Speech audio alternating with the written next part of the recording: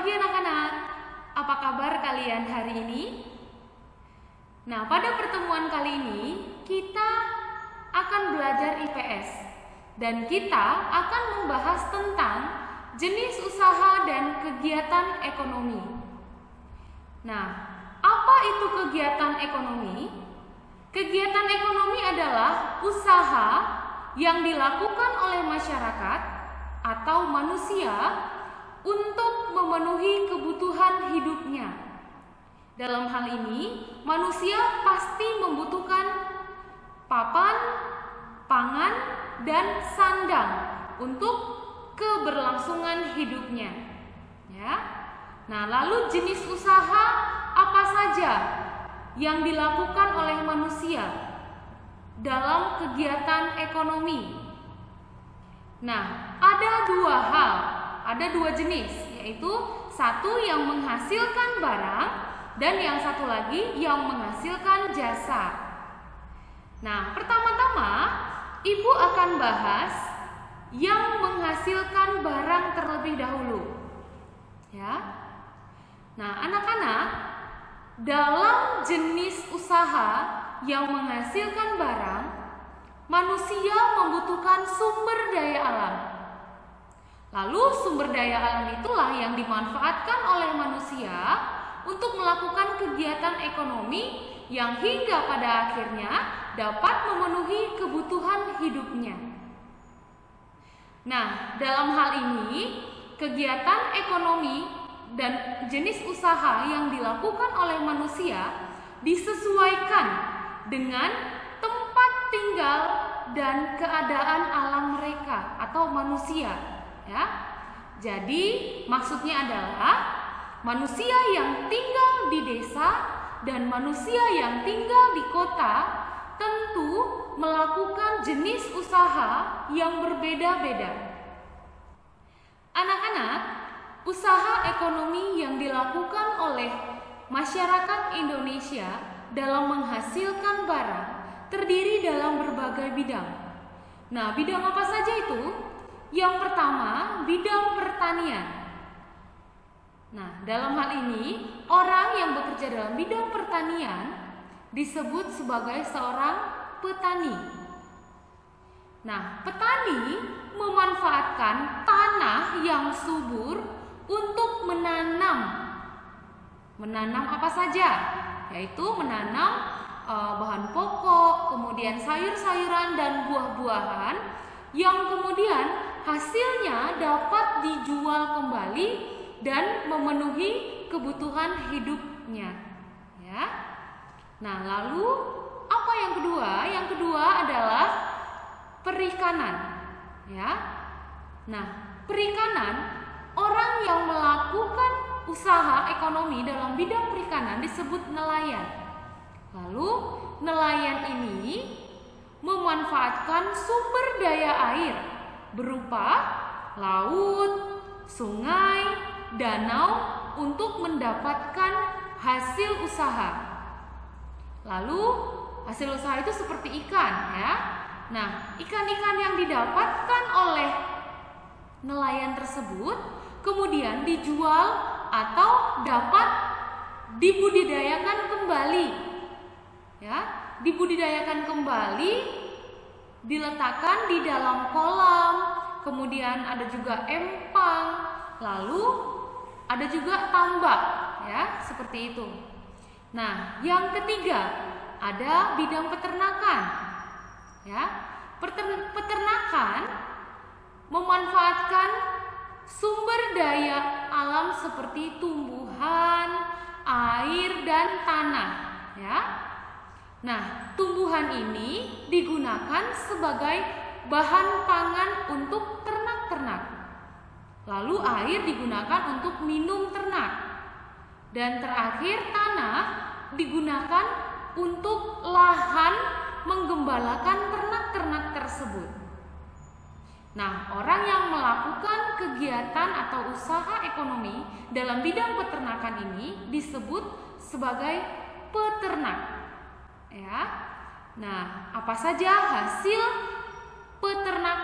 peternakan ini? Yaitu seperti susu, daging, telur, kulit, bahkan tenaga, ya. Nah, hasil-hasil peternakan ini juga disebut sebagai sumber daya hewani. Selanjutnya, yang keempat adalah kegiatan atau usaha ekonomi dalam bidang kerajinan. Nah, dalam bidang kerajinan ini, orang yang bekerja dalam bidang ini dikatakan atau disebut sebagai seorang pengrajin. Nah, pengrajin memanfaatkan sumber daya alam seperti bambu. Ya, bambu digunakan untuk membuat keranjang. Lalu menggunakan kayu, memanfaatkan kayu. Kayu digunakan untuk membuat perabotan rumah tangga misalkan. Lalu yang terakhir memanfaatkan tanah liat.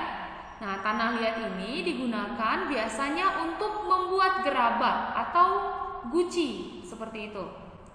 Nah, selanjutnya bidang industri. Bidang industri ini memanfaatkan sumber daya alam seperti hewan, yaitu industri apa? Industri misalkan sepatu dari kulit hewan seperti itu, atau industri kerupuk kulit, ya, memanfaatkan kulit sapi seperti itu, ya. Nah, kemudian memanfaatkan hasil tambang juga. Apa saja contoh hasil tambangnya? Yaitu besi, emas, perak, dan timah, ya. Lalu memanfaatkan batuan, yaitu mika untuk membuat kaca misalkan. Kemudian minyak mentah. Minyak mentah juga digunakan untuk bahan baku pembuatan cat, ya. Nah, lalu bidang apa lagi? Yang keenam adalah bidang perdagangan, ya. Nah, sumber daya alam yang dibutuhkan untuk bidang atau yang dimanfaatkan dalam bidang perdagangan yaitu hewan, kemudian tumbuhan, dan sumber energi.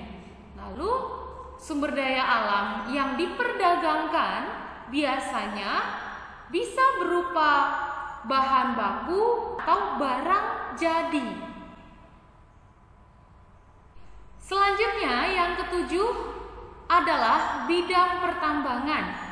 Nah, dalam bidang pertambangan ini sumber daya alam atau barang tambang yang dibutuhkan yaitu terbagi tiga. Yang pertama, barang tambang mineral logam, lalu barang tambang mineral non logam, dan yang ketiga, barang tambang sumber energi. Nah, apa saja yang termasuk ke dalam mineral logam, ya? Mineral logam terdiri atas emas, perak, lalu ada tembaga, timah, bauksit, dan nikel, ya.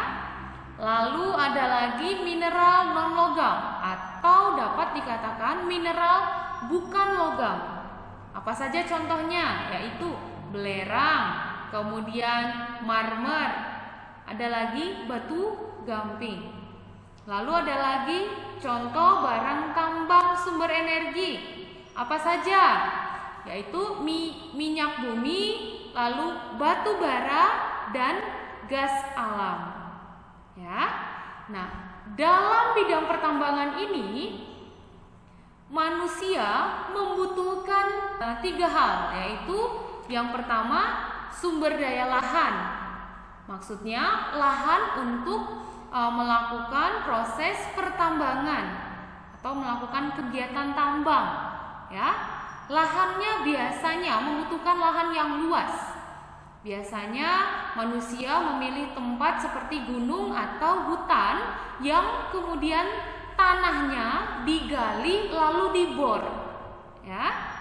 Maka setelah itu barulah dapat dilakukan proses pertambangan atau menambang, ya. Kemudian tadi adalah sumber daya lahan, ya. Kemudian yang kedua yang dibutuhkan manusia yaitu sumber daya air, ya.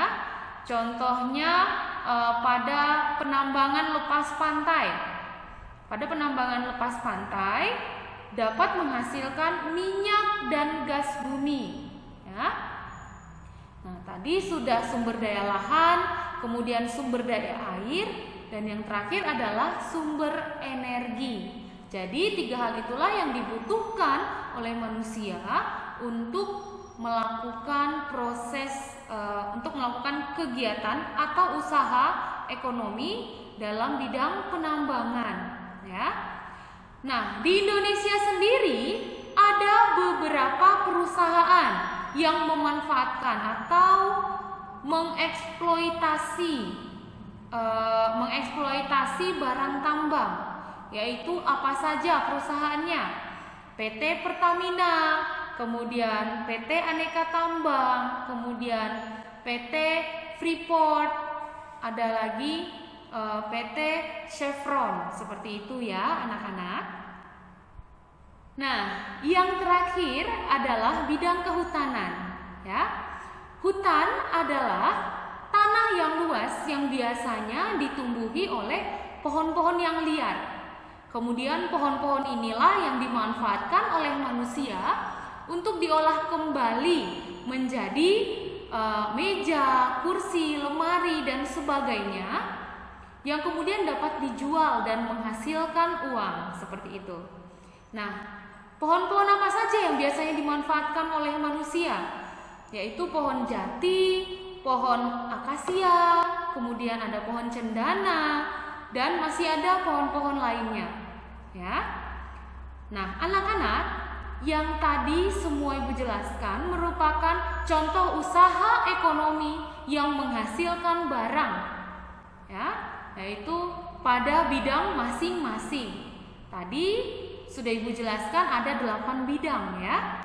Nah, sekarang Ibu akan menjelaskan usaha ekonomi yang menghasilkan jasa. Ya, apa itu usaha jasa? Atau apa itu usaha ekonomi yang menghasilkan jasa? Nah, usaha jasa adalah jenis usaha yang kegiatannya menitik beratkan atau lebih mengutamakan pada pelayanan terhadap konsumen, atau lebih kepada melayani orang lain. Nah, apa yang didapatkan oleh orang yang bekerja dengan menghasilkan jasa? Tentunya akan mendapatkan imbalan, anak-anak, ya. Apa imbalannya? Biasanya berupa uang, ya. Maka pekerjaan apa saja yang biasanya menghasilkan jasa? Seperti guru, kemudian tentara, polisi, arsitek, lalu dokter, dan lain-lain. Ibu rasa anak-anak Ibu paham ya apa saja pekerjaan yang menghasilkan jasa, ya. Nah, anak-anak, sampai di sini materi kita hari ini. Semoga kalian paham materi yang Ibu sampaikan hari ini. Jika masih ada materi yang belum dipahami, silakan tanyakan ke Bapak atau Ibu guru melalui WhatsApp, atau anak-anak juga dapat melihat kembali di dalam buku kalian, ya. Karena sebetulnya materi yang Bapak Ibu sampaikan ini adalah materi yang ada pada buku paket yang kalian punya, ya. Oleh karena itu, kalian wajib membuka buku kalian dan membuka LKS kalian dan melihat materi-materi yang ada pada buku, ya. Demikian materi hari ini. Terima kasih.